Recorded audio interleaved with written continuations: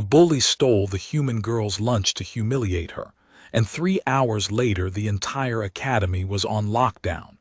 And I want to tell you right now, before you imagine the wrong thing, that the human girl did not hurt anyone, did not fight anyone, did not so much as raise her voice.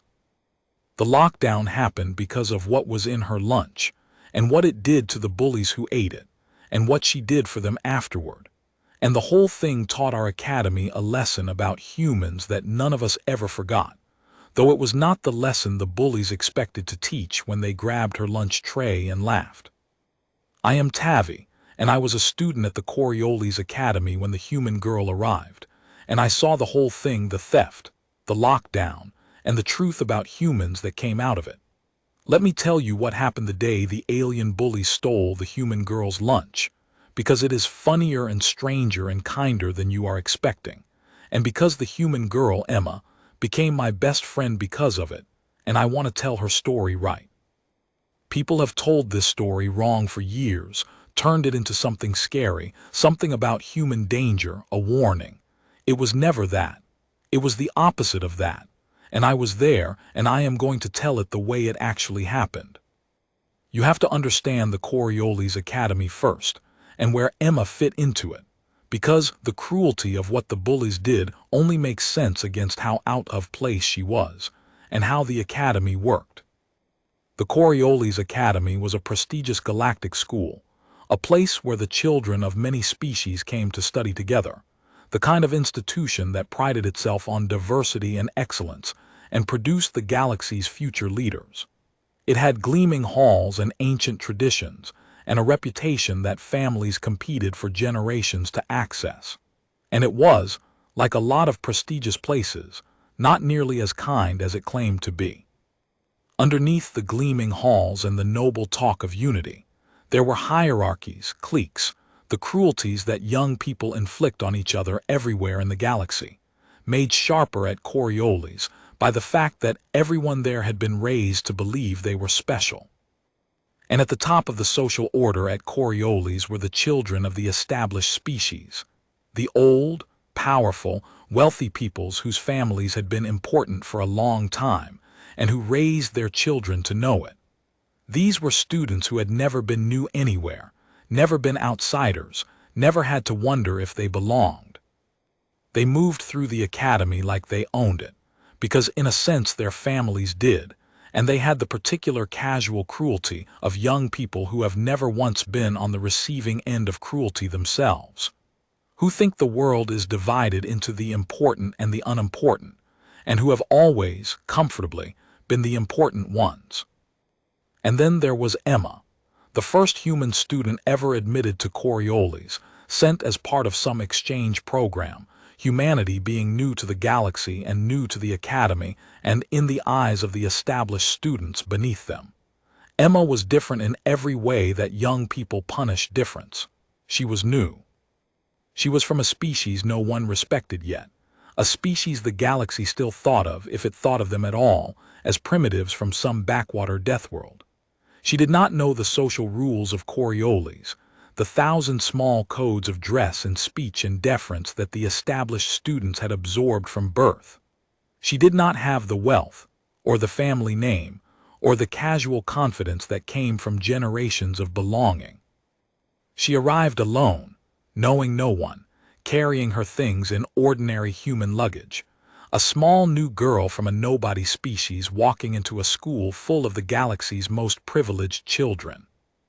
She was, in the cruel arithmetic of a prestigious school, a perfect target, and everyone knew it the moment she arrived. I knew it. I am not proud of that. I looked at the new human girl that first day, and did the same arithmetic everyone did, and concluded she was prey and looked away, the way you look away from prey because you do not want to be near it when the predators come. I was not cruel to Emma, but I was not kind to her either, not at first. And the difference between not cruel and kind is the whole distance I had to travel to become the person telling you this story. The Academy's chief bully found her, of course. They always find the new ones. It is practically the first thing they do. His name was Korrin, and he was the worst kind of bully, not the crude kind who hits you, the kind the teachers can catch and punish, but the refined kind who humiliates you, the kind too clever to ever leave a mark. Korrin was the wealthy, well-connected son of an important family, handsome by his species standards, effortlessly popular, surrounded always by a little group of followers who laughed at his jokes and copied his cruelties. He had made unkindness into a kind of sport, a performance, a way of entertaining his followers and reminding the whole academy of the social order. He did not bully out of insecurity, the way some bullies do. Korrin bullied out of confidence, out of the absolute certainty that some people were beneath him, and that reminding them of it was simply his right. He was, in his way, a perfect product of Coriolis, everything the academy claimed not to be, wearing the academy's finest uniform. And Korrin looked at the new human girl and saw a gift. A nobody from a nobody species, alone, unprotected, ignorant of the rules, the easiest target the academy had offered up in years. He decided to make an example of Emma, to establish, publicly and memorably, that the human nobody was beneath them and would be kept in her place. It was not even personal, which is somehow worse. Korrin did not hate Emma, he barely saw her as a person. She was just an opportunity to perform his dominance for an audience, a convenient nobody on whom to demonstrate, once again, the social order that put him at the top and creatures like her at the bottom. And he chose, as his method, the small cruelty that has humiliated new students since the beginning of schools everywhere on every world. He would take her lunch, publicly, in the dining hall, in front of everyone. A small thing, a stupid thing, the kind of cruelty that is beneath contempt and exactly for that reason perfect, because its very pettiness was the point. You are so far beneath me that I can take your food in front of everyone and you can do nothing about it. That was the message. That was the whole performance Korrin planned. He had no idea what he was actually about to do. None of us did. I have to tell you what I knew about Emma before the lunch, because I had been watching her, the way you watch a new student, with that mix of curiosity and wariness. And what I had seen had begun, slowly, to trouble my comfortable assumption that she was just prey. Emma was quiet. And this is the thing I kept noticing, the thing that did not fit, she was not timid. There is a difference, and once you see it you cannot unsee it. The other students read Emma's quietness as weakness, as the fearfulness of a small new girl who knew she was beneath them and was trying not to be noticed. And they were wrong. I could see they were wrong, even before the lunch incident proved it to everyone. Emma was quiet the way someone is quiet when they are watching and learning and taking the careful measure of a new place, not the silence of fear, but the silence of attention. She watched everything. She missed nothing. She was learning Coriolis the way a smart person learns a dangerous new environment patiently, thoroughly, without showing her hand. And there were other things. She did her work and did it well, better than well. The human girl everyone had dismissed as a primitive turned out to be sharply, quietly intelligent, though she never showed it off. She was kind to the few students who were kind to her, which at first was almost no one.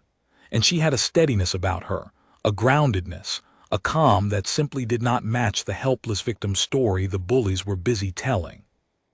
When Korrin's group would make their little cruelties at her in the halls, the shoulder checks, the mocking imitations of her human speech, the laughter, Emma did not flinch the way prey flinches. She would just look at them steadily, with an expression that was not fear and was not quite anger either, something more like patience, like someone waiting for weather to pass. I did not understand that steadiness. I assumed, like everyone, that it would crack eventually, that the human girl would break the way new targets always broke. I was wrong about that, the way I was wrong about almost everything that week. Because here is a thing about Emma that the bullies did not know, that none of us knew, that turned out to matter enormously, that turned out, in fact, to be the entire hinge on which the whole story turned. Emma was from a human family that loved food and loved spice in particular, and Emma's lunches packed by her human parents, who sent them across the stars to their daughter at her fancy alien school, the way human parents apparently do, refusing to let distance stop them from feeding their child, were intensely, gloriously, dangerously human. I learned all of this later, from Emma herself, laughing about it over many meals once we were friends. Her family was from a part of Earth where the food was hot, where they grew peppers, she explained, that humans cultivated specifically to be as intensely spicy as a human body could enjoy, a whole culinary tradition built around a sensation that was, she admitted cheerfully, technically a kind of pain that humans had decided to find delicious. And Emma loved it. Missed it at Coriolis, where the food was bland alien fare designed to be tolerable to 100 different species, and therefore exciting to none. So her parents sent her lunches from home, real human food. And her favorite, the one she had with her on the day of the incident, the one she had been saving and looking forward to all morning, featured a human condiment of a kind the galaxy had no concept of and no defense against. A hot sauce, made from human peppers, of a heat that humans found delightful, and that no other species in the galaxy could survive a mouthful of without serious medical intervention. I cannot stress enough how completely the bullies did not know this. How could they? They saw a human girl's lunch. They saw food. Food was food, bland, safe, the same boring fuel everywhere. It did not occur to them, could not have occurred to them, that human food might be fundamentally different from the food they knew, that a species from a death world might eat things that would hospitalize anyone else, that the small new girl's lunch might be, by the standards of every other species in that dining hall, a chemical weapon she happened to find delicious. They saw a lunch to steal. They were about to learn that human food is not just lunch. Human food is a death world in a container. And Korrin was about to eat it in front of the entire school. The theft happened in the Academy's grand dining hall, at midday, in front of everyone, because humiliation requires an audience, and Korrin understood that better than anyone. The dining hall at Coriolis was a vast and beautiful space, all high ceilings and long tables and the murmur of 100 species eating together, and at midday it was full, nearly the whole Academy gathered, exactly the audience Korrin wanted. Emma sat alone, as she usually did, at the end of a long table with her lunch from home, the human food, the precious hot sauce, the meal she had been looking forward to. I was a few tables away. I saw the whole thing. Korrin and his followers descended on her the way bullies do, loud and laughing and certain of their power, making sure the whole hall noticed. Korrin took her lunch tray, just picked it up, off the table in front of her, with the casual entitlement of someone who has never been told no, and held it up, and made his little speech, performing for the hall, about how the human nobody did not deserve to eat with her betters, about how primitives should be grateful for whatever scraps they were given. The usual cruelty, polished and public, his followers laughing on cue, the watching students doing what watching students do, some laughing along, some looking away, no one intervening, because no one ever intervenes, because the whole point of a public humiliation is that everyone watches and no one stops it. And Emma, and this is the first thing that surprised me, the first real crack in the bully's story, Emma did not cry, did not beg for her lunch back, did not crumble or flee or do any of the things a humiliated victim is supposed to do. She just looked up at Korrin with that steady human calm I had been puzzling over all week, and she said something quiet. I was close enough to hear it. The hall was loud, but I heard it, and I have never forgotten it. She said, "You really don't want to eat that." That was all. You really don't want to eat that. Not a threat, not a bluff. A warning said with genuine, almost gentle sincerity, the way you warn someone about something they do not understand and are about to do anyway, the way you would say, "Careful, that's hot," to someone reaching for something they think is cool. There was real concern in it. Even then, robbed and humiliated in front of the whole school, Emma's instinct was to warn the boy who was tormenting her, because she could see what he could not, and some part of her did not want it to happen to him, even though he deserved it. And Korrin, of course, heard it exactly wrong.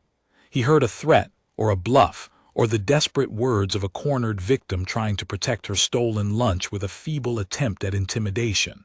And to a bully, that is not a warning, that is an invitation. A bully who thinks you are trying to stop him does the thing harder, because the whole point is to prove you cannot stop him. Korrin laughed at Emma's warning, made a show of it, repeated it mockingly to his followers. Ooh, I really don't want to eat that, and they laughed, and then, to prove his absolute dominance, to prove that the human nobody could not warn him, could not affect him, could not do anything at all, Korrin lifted the human food to his mouth and took a large, theatrical, contemptuous bite. The part with the hot sauce, the human pepper sauce, the death-world condiment that no non-human in the galaxy could survive, and his followers, never wanting to be left out of Korrin's performances, grabbed portions of Emma's lunch too and ate them, laughing, all of them devouring the food the small human girl had warned them not to touch, performing their cruelty one last time before the universe corrected them. Emma watched them do it. And here is the thing I have never been able to forget, the image that started me down the road to becoming the person telling you this. Emma did not look triumphant. She did not look vengeful. She did not look glad, the way you would expect someone to look when the bullies who just robbed them are about to get exactly what they deserve. She looked worried. I remember it so clearly, because it made no sense to me at the time. The bullies had just robbed and humiliated her in front of the entire school, and were now eating her lunch, laughing, and Emma, the victim, who had every right to enjoy what was about to happen, was watching them with an expression of dawning, genuine, almost maternal concern, as if she could see a catastrophe coming that they could not, and was already, despite everything they had just done to her, despite having warned them and been mocked for it, worried about them. She had warned Korrin. He had laughed. And now she was watching him with the worried eyes of someone who tried to stop something bad from happening and failed, and was bracing, with dread rather than satisfaction, for the consequences. A moment later I understood why, because the hot sauce hit. I will never forget the sound Korrin made. None of us who were there will ever forget it, and we have talked about it many times since, and no one has ever been able to quite describe it, because no one had ever heard anything like it before.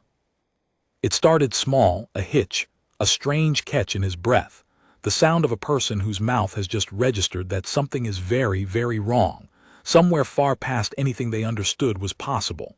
There was a pause, a single frozen moment where Korrin's expression went from contemptuous triumph to pure confusion, his body trying to understand the signal it was receiving and finding nothing in all its experience to compare it to. And then it grew. Korrin's eyes went enormous. His face, his species, has a coloration that shifts with their physical state, the way some creatures flush, went through a sequence of colors I had never seen a person turn, rapidly, alarmingly, like a warning light cycling through every possible alert at once. He made a sound that began as a cough and became something closer to a shriek, and he clutched at his throat and dropped Emma's tray, food scattering across the beautiful floor of the dining hall. And his followers, who had eaten the same lunch a moment behind him, began, one by one, to make the same sounds, the same hitch, the same confusion, the same dawning catastrophe, until the proud, cruel group who had been laughing and humiliating the human girl seconds before were all of them on the floor of the grand dining hall, writhing, gasping, clutching at their throats and faces, their bodies in total revolt against the human food they had eaten, making sounds of such distress that the entire hall, which a moment ago had been watching a humiliation, erupted into absolute panic. Because no one understood what was happening, that is the crucial thing. To the watching students and the staff who came running, it did not look like a group of bullies discovering that human hot sauce is too spicy. It looked like poisoning. It looked like several students had eaten something in the dining hall that was killing them, which, from the perspective of their non-human bodies, registering a chemical assault they had no defense against, was not actually so far from how it felt. Human capsaicin, harmless and delightful to Emma, was to Korrin and his followers a substance so far outside anything in their evolutionary experience that their systems were reacting to it the way a body reacts to a genuine toxin. The burning, the swelling, the streaming eyes, the panic, the absolute conviction of a body that something is very wrong. All the things human peppers do to humans who enjoy them, amplified to catastrophe in bodies that had never in their entire evolutionary history encountered even the mildest spice, and had no idea, at the deepest cellular level, that they were going to be fine. And the Academy, seeing several of its students collapse and convulse on the dining hall floor after eating, did the only thing a prestigious school can possibly do when it appears students have been poisoned at lunch. It sounded every alarm it had: medical emergency, possible contamination of the food supply, unknown toxin in the dining hall. Within minutes, as the medical teams ran in, as the administration descended into crisis, as the terrifying possibility of a poisoning at the galaxy's most prestigious academy took hold, the entire Coriolis Academy was placed on full lockdown. Students confined to safe areas. The dining hall sealed.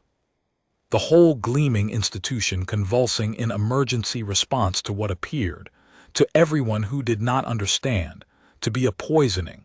3 hours, almost exactly, after the alien bullies had stolen the human girl's lunch and laughed.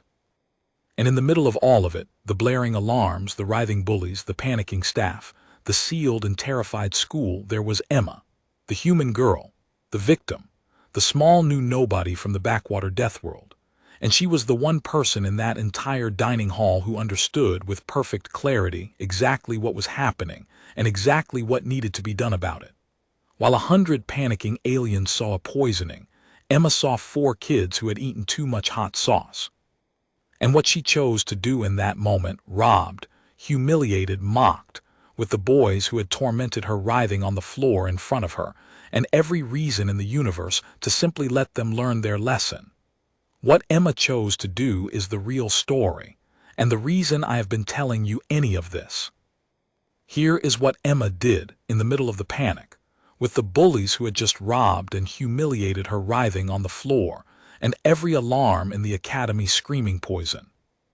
She stood up, calmly, and she walked toward them, toward Korrin, toward the boy who had taken her lunch and mocked her warning and humiliated her in front of the whole school, and she knelt down beside him in the middle of the chaos, and she started to help. I was close enough to see her face, and there was no triumph in it, no anger, none of the things that would have been so understandable.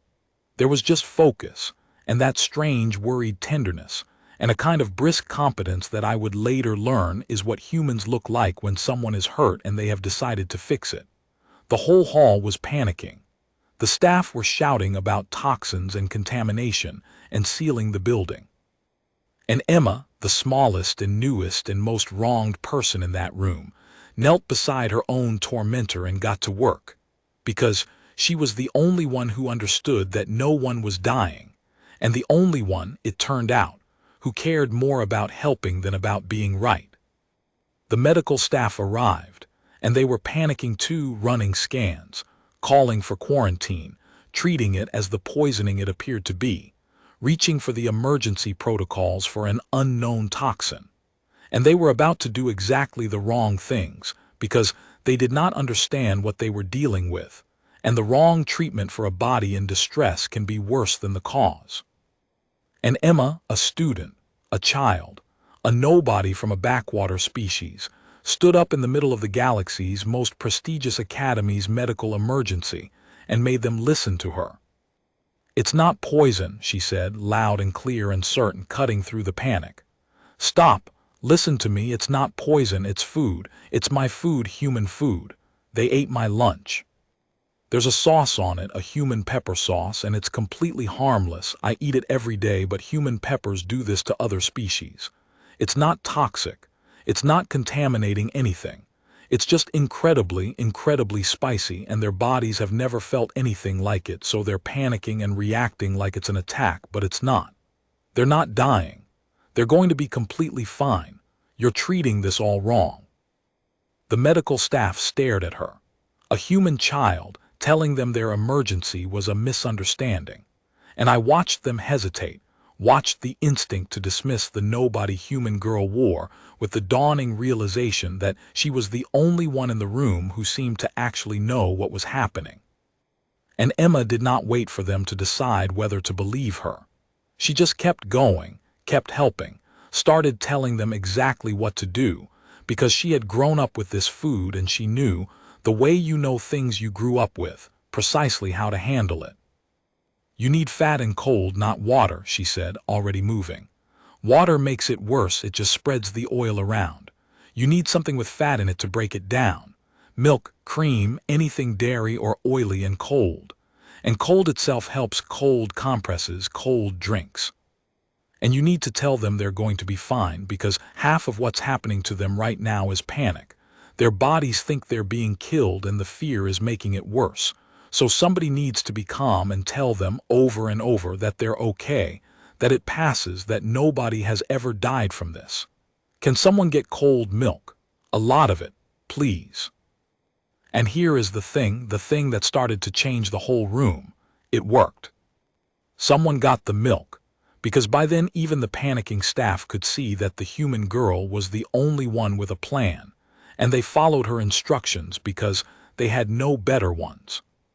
And Emma went from bully to Korrin first, to the boy who had humiliated her because he had eaten the most and was the worst off, and she helped each of them, got the cold milk into them, applied the cold compresses, and most of all she did the thing she had said mattered most.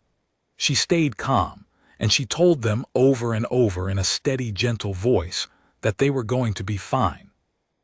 I will never forget watching Emma kneel beside Korrin, who had taken her lunch and mocked her and humiliated her in front of the whole school not 10 minutes earlier, and hold a cold compress to his streaming face and say, in the gentlest voice, like she was talking to a frightened child, hey, look at me. You're okay. I know it feels like you're dying. You're not. I promise you're not. It's just spice. It always feels like the end of the world and it never is. Breathe. It's already starting to fade, feel it. You're okay, just breathe. I've got you. I've got you, to the bully who stole her lunch, while the academy that had let it happen panicked around her. And Korrin, terrified, in pain, certain a moment ago that he was dying, looked up at the human girl he had tormented, who was now the only person in the entire academy taking care of him, telling him he was okay, promising him he would be fine. And I watched something break open in his face that had nothing to do with the hot sauce. Because the last thing in the universe Korrin had expected, the thing he had no framework for at all, was for the person he had just humiliated to be the one kneeling beside him in his worst moment, holding his face, telling him gently that he was going to be okay. He had robbed her, and she was saving him, and he did not understand it. And the not understanding was doing something to him that no revenge ever could have. The lockdown lasted a while longer. These things have their own bureaucratic momentum, and a prestigious academy does not unpanic quickly. But the crisis itself was over almost as soon as Emma took charge of it. The bullies recovered. The milk worked, the cold worked, the reassurance worked. And within an hour the boys who had been writhing on the floor convinced they were dying were sitting up, shaky and humbled and deeply embarrassed, their bodies fine. The terrible burning faded to a memory, alive and well and never, ever going to steal a human's lunch again. And as the crisis passed and the truth spread, that it had not been a poisoning, that it had been the bullies stealing the human girl's lunch and eating a sauce she had warned them not to eat, and that the human girl had then been the one to save them, the whole academy began to look at Emma differently. And I have to be precise about how, because it is the heart of everything. They did not look at her with fear. That is the thing I most need you to understand, because the legend of this day, the way it gets told now, makes it a story about human danger. Don't mess with the human girl, look what her lunch did. And that is not how it felt, and not what changed the academy. The academy was not afraid of Emma. The academy was ashamed in front of her and awed by her, which is a completely different thing. Ashamed because the whole school had watched her be robbed and humiliated and done nothing, and then watched her, given the perfect chance for revenge, choose instead to save the people who had wronged her. And that contrast between the Academy's casual cruelty and Emma's instinctive kindness was a mirror that the whole privileged, self-satisfied school could suddenly not look away from. And odd because we had all dismissed her as a weak nobody, and she had turned out to be the strongest, most capable, most genuinely good person in the entire dining hall. The only one who stayed calm, the only one who knew what to do, and most of all, the only one whose first instinct, even toward her own tormentors, even when they deserved to suffer, was to help. I have to tell you about the moment I stopped being a bystander and became Emma's friend, because it happened in the middle of all this, and it changed my life. In the chaos, as Emma worked, she needed help, needed someone to hold a compress, fetch more milk, keep a panicking bully calm while she moved to the next one. And she looked up, scanning the watching crowd of students who were all just standing there, frozen, useless, and her eyes found me. And she did not know me, we had barely spoken, but something in how I was watching must have looked different from the others, less frozen, and she said simply, can you help me? Hold this here just like this. Talk to him. Tell him he's okay." And I, who had done the cruel arithmetic and looked away from her that first day, who had been not cruel but not kind, who had stood by through all the bullying telling myself it was not my business. I knelt down beside Emma and the bully and I held the compress and I told him he was okay, and in doing it, I crossed the distance I told you about, the distance between not cruel and kind, and I came out the other side a different person. Because helping is different from watching. The moment you kneel down and put your hands to someone's hurt, you are no longer a bystander, and you cannot go back to being one. And Emma, without lecturing me, without shaming me, just by handing me a task and trusting me to do it, pulled me across that line, the way she pulled half the academy across it that day, simply by being the kind of person who, in a crisis, hands you a job and assumes you are good enough to do it. That was the first time Emma and I really spoke. By the end of that hour, we were friends. By the end of that year, we were best friends. And it started with her looking at a frozen bystander and seeing not a nobody but someone who could help, which is exactly how she looked at everyone, even her enemies, even the bullies, even me. I have to tell you what struck me most, watching Emma that day, the thing that taught me what humans actually are. It was not her competence, though she was astonishingly competent, calm, and capable in a crisis in a way that none of us, raised soft in our privileged academy, knew how to be. It was not even her courage, though it took courage to stand up in the middle of a panicking institution and tell the adults they were wrong. It was her instinct. Because in the moment of crisis, when there was no time to think, when she simply acted on whatever was deepest in her, Emma's deepest instinct, the thing that came out when she did not have time to decide was to help anyone who was hurt, even the people who had hurt her, even when they deserved to suffer, even when no one would have blamed her for letting them. I have thought about that so many times since. We had all assumed that a human's deepest instinct under the calm exterior would be something dangerous, that the Deathworlder species pushed would reveal some buried ferocity, and we were exactly wrong. When Emma was pushed, robbed, humiliated, and then handed the perfect revenge, what came out of her from the deepest place, instinctively, before she had time to even decide, was kindness, the will to help, the refusal to let someone suffer in front of her, even someone who had earned it. That was what was underneath the human calm, not ferocity, care. And it was the most surprising and the most humbling thing the Coriolis Academy had ever seen, because it was so much harder and so much stronger than the ferocity we had feared. The bullies recovered completely. I want to say that plainly first because it matters. There was no lasting harm, nothing that did not fade by the next day except the memory and the embarrassment. The human food that had put them on the floor was, once the panic passed and the milk did its work, exactly as harmless as Emma had said, a few hours of misery and then nothing. The way spice is for the people who can handle it, and a brief catastrophe for the people who can't. By evening, Korrin and his followers were sitting up, shaky and quiet and changed, their bodies fine and something else in them not fine at all, in a way that had nothing to do with the sauce. And then came the reckonings, the official one and the personal one, and the personal one was the one that mattered.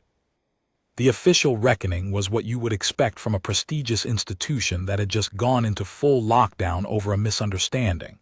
There were investigations.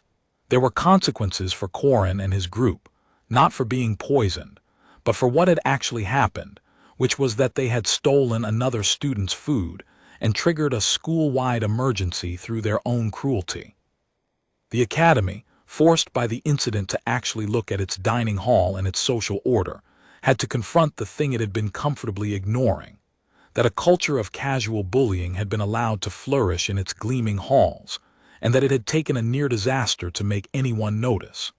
There were new policies, stern words, the machinery of an institution discovering a problem it had always known about and pretending to be surprised. That was the official reckoning, and it was fine, and it changed very little because official reckonings rarely do. The personal reckoning changed everything, and it happened mostly inside Korrin. I have to tell you about Korrin, because his transformation is the proof of what Emma did, and it is the part of the story I find most moving, and the part the scary legend most completely erases. Korrin had built his whole self on a single idea, that some people are above others, that he was among the above, and that cruelty to those below was simply the natural exercise of his rightful place. He had never been challenged in this, because he had never been on the receiving end, had never in his privileged life been the helpless one, the hurt one, the one who needed help and did not know if it would come. And in the space of a single hour, Emma had given him all of it at once. He had been helpless, hurt, terrified, certain he was dying, and then he had been saved, gently, completely, by the very person he had decided was beneath him, the human nobody whose lunch he had stolen to prove she did not matter. And that broke his whole idea of the world, because his entire worldview required that people like Emma be beneath him, weak, unimportant, the kind of creature you could humiliate without consequence. And Emma had just proven in the most undeniable way that she was not beneath him at all. She was above him in every way that turned out to actually matter. She was calmer than him, stronger than him, more capable than him. And most devastatingly, kinder than him, kind enough to save the boy who had tormented her, when he, in her place, would never have done the same. Korrin had spent his life believing he was superior, and the human nobody had just shown him, by saving his life with a gentleness he did not deserve, exactly how small he actually was. He could not stay the person he had been after that. Some people, faced with that kind of humbling, retreat into bitterness, double down, hate the person who showed them their smallness. Korrin, to his credit, and it was the first credit he had ever earned, did not. He let it change him. Because Emma had not humbled him with cruelty, with revenge, with a triumph he could resent. She had humbled him with kindness, with care he did not deserve, and you cannot resent that, cannot turn it into a grievance, can only sit with it and let it slowly remake you. The boy who had built himself on cruelty had been undone by mercy, and the undoing left room for someone better to grow. Korrin went to Emma a few days later to apologize. I was there, Emma had asked me to be, because by then I was her friend and she wanted someone with her, and also, I think, because she sensed it would be good for Korrin to apologize in front of a witness, to make it real. He was not graceful about it. Apologies from people who have never apologized rarely are. He stumbled, started over, could not quite meet her eyes. But he meant it, you could see he meant it, see it costing him something real, see the proud, cruel boy genuinely humbled and genuinely sorry. He said he was sorry for taking her lunch, for humiliating her, for everything. He said he did not understand why she had helped him, after what he had done. He said he would have deserved it if she had just let him suffer. And he asked her with real bewilderment the question that was clearly tormenting him. Why? Why did you help me? And Emma, and this is the moment I have carried with me for the rest of my life, the moment that taught me the most. Emma looked at him, and she did not make him grovel, did not lecture him, did not extract her pound of flesh now that he was humbled before her. She just said simply, like it was the most obvious thing in the world, "Because you were hurt. That's all. You were hurt and I could help, and it didn't matter what you'd done. People help people who are hurting. That's just what you do." And then, after a pause, more gently, "I'm not saying what you did was okay. It wasn't. But you being cruel to me doesn't mean I get to be cruel to you when you're down. That's not how it works. That's not how I want it to work. I'd rather help you and have you hate me than let you suffer and become someone who lets people suffer. So, you're welcome, and I forgive you. Now let's just be okay. Can we just be okay?" And Korrin, the chief bully of the Coriolis Academy, the proud, cruel son of an important family, looked at the human nobody who had saved him and forgiven him and offered him, after everything, a clean start, and he cried, just a little, and said yes, and meant it. And he was, from that day, a different person, not perfect. People are not perfect, but genuinely changed, genuinely kinder. A boy who had learned the hardest possible way that there was a kind of strength he had never had and had just been shown by someone he had dismissed, and who spent the rest of his time at Coriolis trying, haltingly, to grow it. And the academy changed too, slowly, the way a culture changes, but really. Because the story got around, the true story, not the scary legend it would later become, but what actually happened. The human girl who was robbed and humiliated, and who, given the perfect revenge, chose to save her tormentors instead, and shamed the whole proud academy with her kindness. And that story did something to Coriolis that no policy or punishment could have done. It held up a mirror. The privileged, casually cruel students who had built a whole social order on the idea that some people were beneath others had watched a nobody turn out to be the best of them, and had watched their own cruelty exposed, by contrast, as exactly the smallness it was. You cannot keep believing you are superior after you have watched the person you look down on be so obviously, undeniably better than you. The mirror Emma held up was not a comfortable thing to look into, and the academy did not transform overnight, and not everyone learned the lesson. But the social order cracked. The casual cruelty got harder to perform, because everyone had seen where it led and what answered it. And kindness, which had been, at Coriolis, a kind of weakness, a thing the cool established students were above, became, after Emma, something closer to respected, because the whole school had watched it turn out to be the strongest thing in the room. Emma never lectured anyone about any of this. That is the thing I most want you to understand about her. She did not go around afterward telling people the moral of the story, did not position herself as the wronged saint who had taught the bullies a lesson. She just kept being who she was, kind, steady, helpful, the same in victory as she had been in humiliation, and let her example do the work that lectures never could. She changed the academy not by telling it to be better, but by being better, so undeniably and so consistently that being better started to look, to the rest of us, like something worth trying. I am older now, and I have carried the day the alien bully stole the human girl's lunch with me through my whole life, and I tell the story whenever I can, because the version people tell now is wrong, and the wrong version misses everything that mattered. People tell it now as a story about human danger. The alien bully stole the human girl's lunch, and 3 hours later the whole academy was on lockdown, and they tell it like a warning, like the lesson is don't mess with humans, look what their food can do, look how dangerous they are. And every time I hear it told that way, something in me aches, because that was not the lesson. That was never the lesson. The human food was not the point. The lockdown was not the point. The danger was not the point. The point was a small new girl from a backwater species, alone in a school full of privileged strangers, who was robbed and humiliated in front of everyone, and who, when the people who had wronged her were suddenly helpless and suffering in front of her, when she had the perfect revenge simply by doing nothing at all, chose instead to kneel down and save them. That was the point.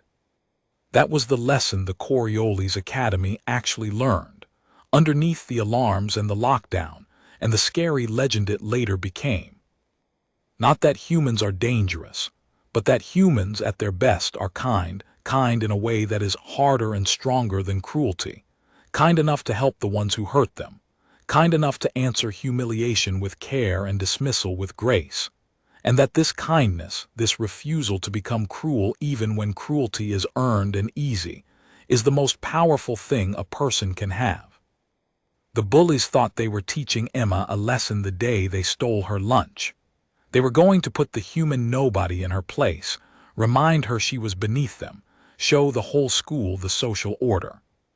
And by the end of the day, Emma had taught the entire academy the only lesson that ever actually mattered without raising her voice, without lifting a hand, without taking the revenge that was hers for the taking. She taught it the way she taught everything, which was simply by being what she was in front of everyone when it counted most. That the strongest thing in the galaxy is not the lunch that can put a bully on the floor. It is the girl who kneels down and helps him up. Even after what he did. Especially after what he did. Because that, and not the hot sauce, is what humans are. And I know, because the smallest, newest, most dismissed girl in the whole academy looked at the boy who stole her lunch, while he lay terrified on the floor, and said the truest thing I have ever heard anyone say. "You're okay, I've got you." And she meant it. And she did. That is the story. That is the real story. And I have spent my life making sure it gets told right, because the galaxy remembers the lockdown, and it should remember the girl and what she did and why. She helped him up. That's all. That's everything.